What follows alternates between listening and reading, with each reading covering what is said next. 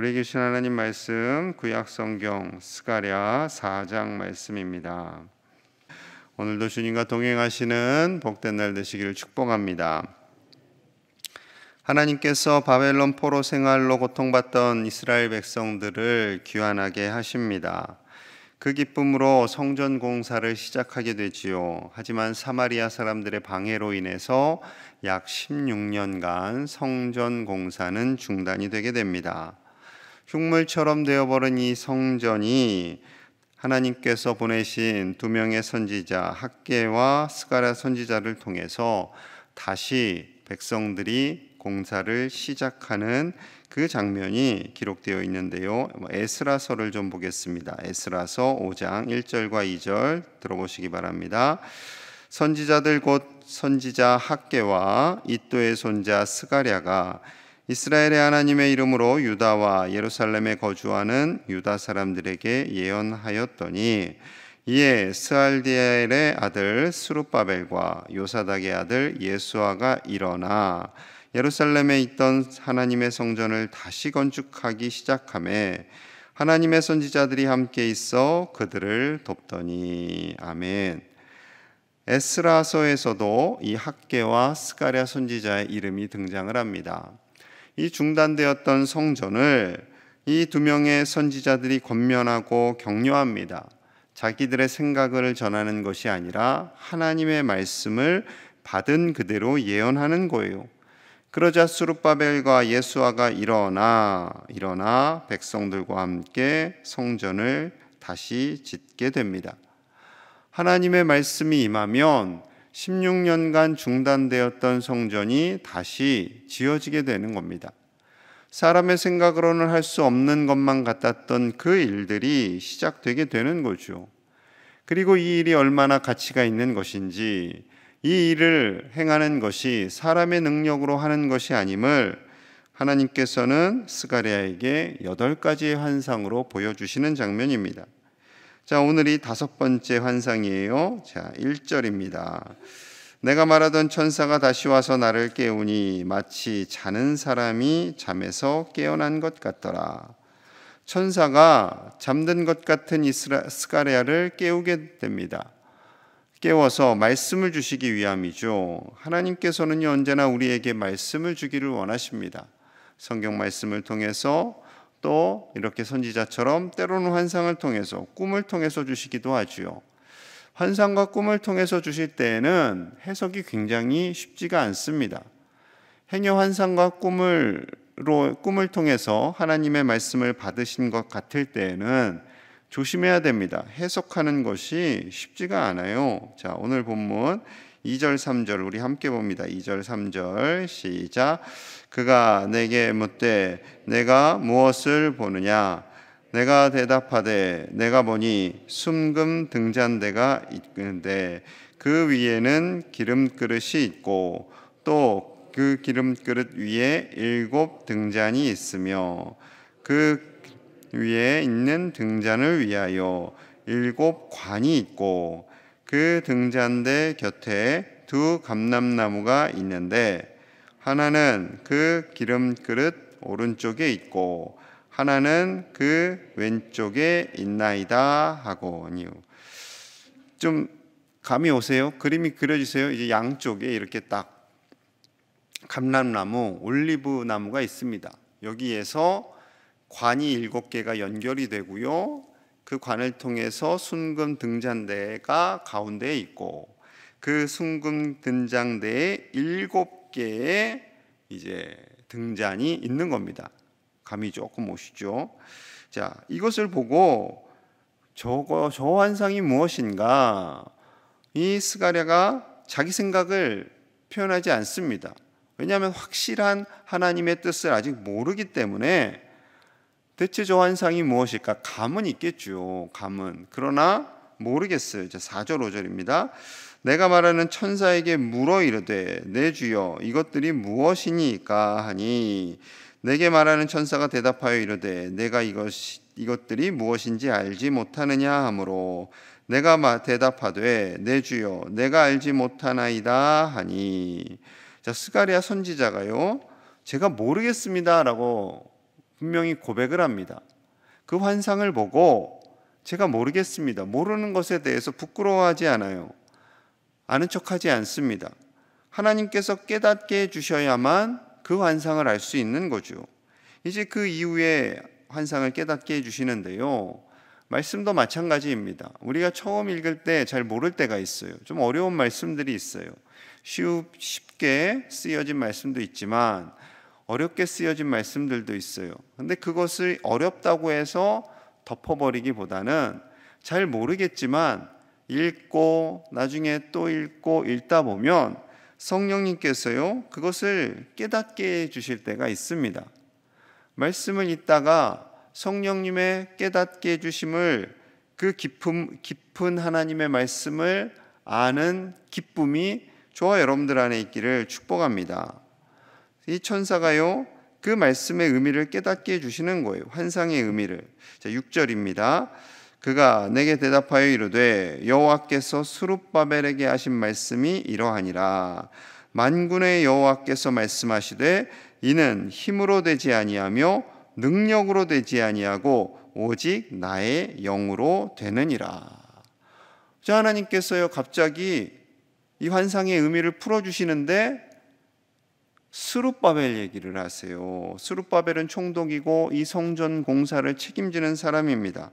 이 성전 공사를 함에 있어서 사람의 힘으로 되지 아니하고 사람의 능력으로 되지 아니하고 오직 하나님의 영으로, 성령님의 능력으로, 하나님의 도우심으로 가능하다라고 말씀하고 있는 거지요. 이스라엘 백성들이 포로에서 귀환했어요. 5만 명 정도가 왔어요. 성전을 짓는데 솔직히 공사가 쉽지는 않습니다. 재료도 모아야 되고요, 부족한 재료는 사와야 되고요, 또 많은 사람들이 함께 달려들어서 힘을 다해서 공사를 해야 돼요. 솔직히 쉽지 않아요. 그런데 방해자들이 일어나요. 여러분, 내심 어떤 마음이 들었을까요? 우리가 이 공사를 쉬는데 이것은 우리가 하기 싫어서 쉬는 것이 아니라 저 나쁜 사람들이 방해하기 때문에 쉬는 겁니다 라는 마음이 그들 안에 있었던 거예요. 그래서 한 해, 두 해, 세 해, 무려 16년이 가는 동안 그냥 둔 거예요.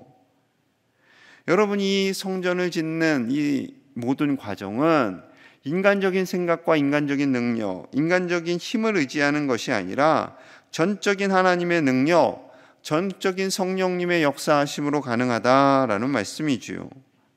여러분, 이 말씀은 전적으로 하나님을 의지하라라는 말씀이기도 합니다. 우리가 하루하루를 살아가요. 하루하루를 살아가는 그 모든 과정이 쉽지가 않습니다. 우리의 인생이 내 마음대로 되지 않지요. 우리 자녀들, 손주들, 대학 가고 취업하는 모든 과정, 결혼하는 모든 과정이 참 쉽지가 않습니다. 요즘 30대의 절반이 싱글이래요. 쉽지 않대요. 여러분, 참 쉽지 않은 이 시대에 하나님의 영을 의지하는 우리 자녀손들 될 수 있기를 기도하시기를 축복합니다. 종종 성공한 분들이 나는 맨 땅에 헤딩했다라고 말해요. 착각입니다. 맨 땅이 어디 있어요? 하나님께서 예비하신 땅이고, 하나님께서 예비하신 동역자들이 있고, 하나님께서 주신 우리에게 건강이 있기 때문에 우리가 사역을 감당하는 것이지, 맨 땅에 헤딩하는 일은 절대 없습니다. 이 모든 사역을 감당하는 스룹바벨에게 하나님의 영을 부어주실 것이고, 그 결과, 7절 같이 봅니다. 시작. 큰 산아, 내가 무엇이냐? 내가 스룹바벨 앞에서 평지가 되리라. 그가 머릿돌을 내놓을 때에 무리가 외치기를 은총이 그에게 있을지어다 하리라 하셨고. 아멘. 큰 산, 우리 인생에 큰 장애물과 같은 산이 있어요. 스룹바벨 앞에도 큰 산이에요. 정말 성전을 건축할 수 있을까? 저 성전을 짓는데 방해하는 세력들을 극복하고 성전을 지을 수 있을까 하는 두려움이 있는 거죠. 산이 앞에 턱 있는 거예요. 얼마나 두렵겠습니까? 마가 요한이 바울과 바나바를 따라서 1차 선교 여행을 갈 때 그 유럽에 큰 산이 있는 거예요. 그 산들을 넘어서 내가 복음을 전할 수 있을까? 에라, 집으로 돌아가자 하고 마가 요한은 1차 선교 여행 때 뒤로 도망을 가게 되죠. 나중에는 변화가 되지만 여러분 그런 거죠. 우리 인생에 큰 산과 같은 어려움들이 있습니다. 내가 이것을 할 수 있을까? 내가 이것을 할 수 있을까? 그때 하나님이 격려해 주시는 거예요. 너의 힘으로 하는 것이 아니야. 너의 힘으로 하는 것이 아니야. 성령님의 능력으로 하는 것이야. 너에게 그 모든 산들이 평지가 될 거야. 산이 무너진다라는 거죠. 사람의 힘이 아니라 하나님의 힘으로, 하나님의 영으로 그것이 무너지게 되고 주춧돌을 놓을 때 모든 백성들이 함께 은총 사람의 힘이 아니라 하나님의 능력임을 고백하게 된다라는 것이지요. 여러분, 우리의 인생이 하나님의 능력으로 말미암아 모든 장애물이 평지가 되게 될 줄로 믿습니다. 육체의 질병도 내 능력과 이 세상에 의술이하는 것이 아니라 하나님의 능력으로 말미암아 치유함을 받게 되고, 우리 자녀손들의 미래까지도 하나님의 능력으로 말미암아 어떠한 장애물도 평지가 되는 놀라운 역사가 있기를 간절히 축복합니다. 자, 하나님께서 다시 한번 스룹바벨을 격려하세요. 8절 9절입니다. 8절 9절. 여호와의 말씀이 또 내게 임하여 이르시되 스룹바벨의 손이 이 성전의 기초를 놓았은즉 그의 손이 또한 그 일을 마치리라 하셨나니 만군의 여호와께서 나를 너희에게 보내신 줄을 내가 알리라 하셨느니라. 아멘. 자, 스룹바벨이 처음 시작을 했잖아요. 스룹바벨을 통해서 하나님이 시작하게 하셨어요. 그런데 이 공사를 마치는 것도 누구의 손으로? 스룹바벨의 손으로. 이 과정을 이루시는 분은 하나님. 왜 이 말씀을 하시겠어요? 스룹바벨이 시작을 했지만 내가 저 장애물 때문에, 저 큰 산 때문에 내 손으로 완공을 못할 수도 있겠구나라는 그런 마음을 가진 거예요. 그런 약한 마음을 가진 거예요. 뿐만 아니라 백성들도 그렇게 생각했어요. 스룹바벨이 시작을 했지만 다음 리더가 와서, 다음 총독이 와서 완공이 될 거야. 이게 어떻게 이 세대에 되겠어? 라는 패배적인 생각을 가지고 있었던 거죠. 하지만 스룹바벨의 손에 의해서 분명히 마치게 됨을, 이 모든 역사는 하나님께서 하심을 하나님께서 보여주실 것이다 라는 겁니다. 그래서 하나님께서 나를, 스가랴를 보내신 것임을 다시 한번 고백하고 있는 거죠. 여러분, 하나님께서 반드시 우리의 손을 통해서 이루어 가십니다. 하나님의 일하심은요, 하나님의 역사하심은 홀로 하시는 것이 아니라 참 연약한 우리를 통해서 일하시는 거예요. 하나님께서 복음을 전하시는데 그 연약한 바울을 쓰시는 거예요. 좀 더 건강하고 좀 더 진취적이고 좀 더 젊은 사람들을 좀 쓰시지요 생각할 수 있겠지만 아닙니다. 하나님께서 아무리 연약한 것 같아도, 아무리 부족한 것 같아도 그 사람을 통해서 일을 하시는 거죠. 자, 10절 같이 봅니다. 시작. 작은 일의 날이라고 멸시하는 자가 누구냐? 사람들이 스룹바벨의 손에 다림줄이 있음을 보고 기뻐하리라. 이 일곱은 온 세상에 두루 다니는 여호와의 눈이라 하니라. 아멘.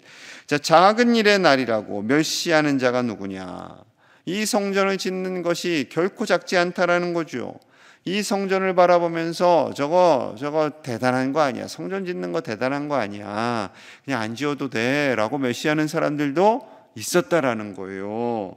하지만 그 멸시하는 자들을 하나님께서 스룹바벨의 손을 통해서 누르실 것이고, 하나님께서는 세상을 두루다니는 여호와의 눈이 있어서 우리를 직접 관찰하시고 보시고 우리의 신음소리를 들으시고 우리와 함께 하시는 하나님이심을 믿습니다.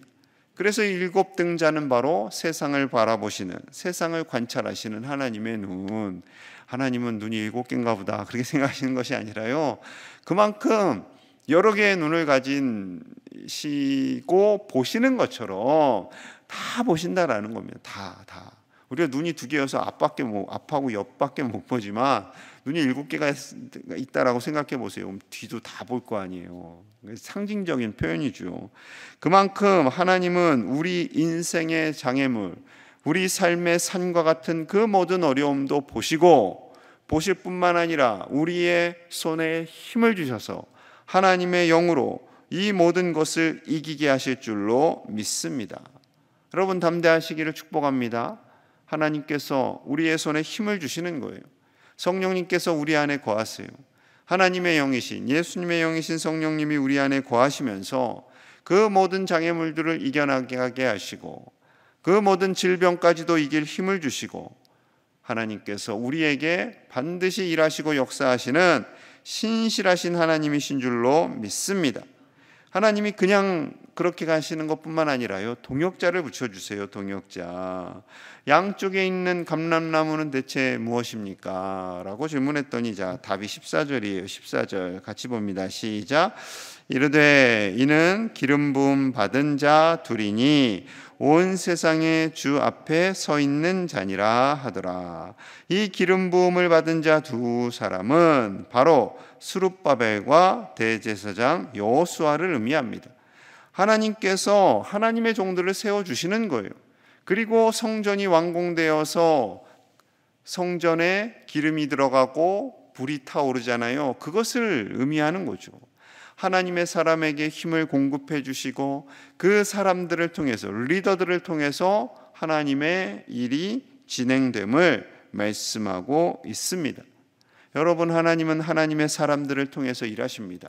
성령님께서 우리 안에 오시고 성령님께서 우리와 함께 하셔서 우리의 가정, 우리의 교회, 우리의 일터 가운데 하나님의 사람들을 계속해서 보내주시고 그들과 함께 동역하게 하시는 그 하나님을 신뢰하실 수 있기를 간절히 축복합니다. 하나님께서 우리에게 오늘 하루도 힘을 주시고 우리의 가정과 삶의 모든 자리에 평강을 주시고 성령님이 주시는 그 은총이, 그 놀라운 은총이 가득하시기를 축복합니다. 우리 함께 기도하겠습니다. 하나님께서 주시는 그 은총으로 산과 같은 모든 장애물들이 평지가 되는 역사가 있게 하여 주시옵소서. 우리는 힘이 없고 연약하지만 하나님이 주시는 힘으로 세상의 모든 사역들을 감당할 수 있는 줄 믿습니다.